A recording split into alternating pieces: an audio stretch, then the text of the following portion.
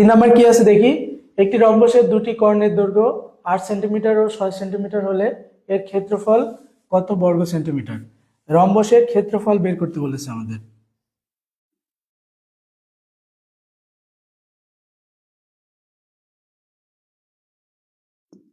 এরকম যদি একটা রম্বস হয়, বলছে একটা দৈর্ঘ্য 8 সেন্টিমিটার আর আরেকটা দৈর্ঘ্য 6 সেন্টিমিটার, তাহলে এই রম্বসের ক্ষেত্রফল কত।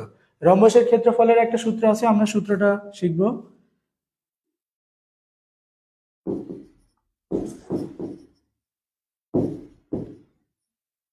রম্বসের ক্ষেত্রফল সমান সমান হাফ ইন্টু কর্ণদ্বয়ের গুণফল।